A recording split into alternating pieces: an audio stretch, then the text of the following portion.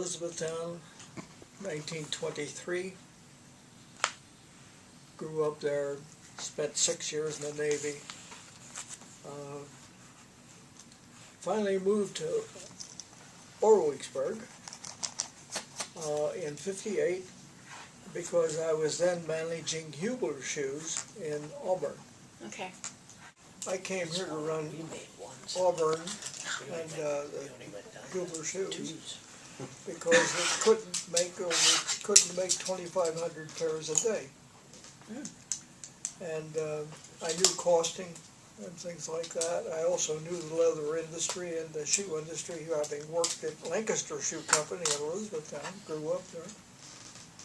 But it was my job to help those people make shoes as good as walking, okay? So to they were sell the standard. for a little Walk in, less. And we made good shoes by the time it was done. Okay. We made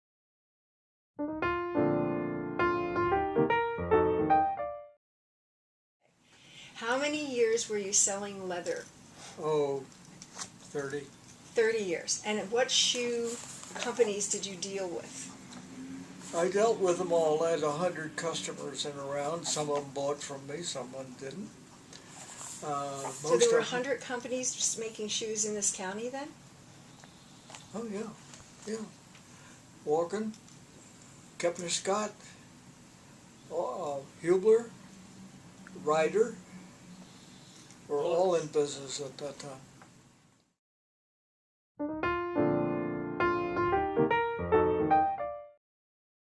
Like during the wars, during the Depression, were there times that the shoe industry changed, or how did that affect the big events of the days? Did that affect the shoe industry at all in Schuylkill County? Oh yeah. Oh yes. In what way? First of all, they took cuts in pay. Oh really? Yeah, I have my dad's check from 1932.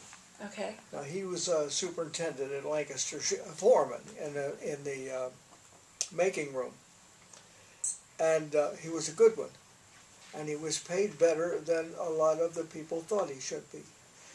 His check was for $32.50. There was no hospitalization, there was no income tax. Okay.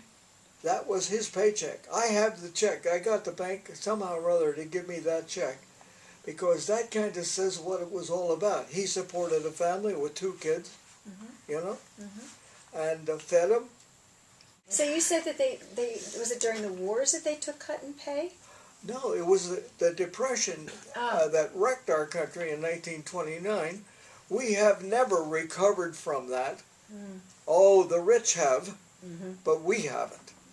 If you look at what you're making right now, and I hand you a $20 gold piece, a double eagle, okay?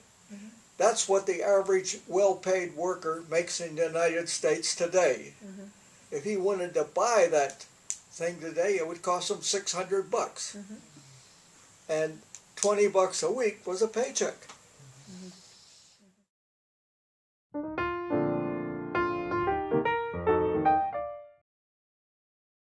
Shoes were made by hand in homes.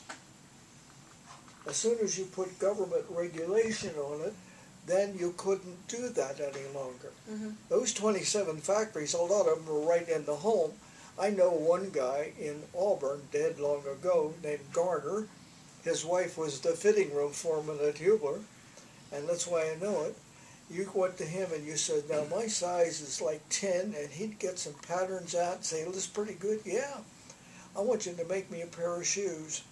He would buy enough leather and cut enough leather and make the whole shoe by hand right in there in his shop. The whole shoe, bottom and top.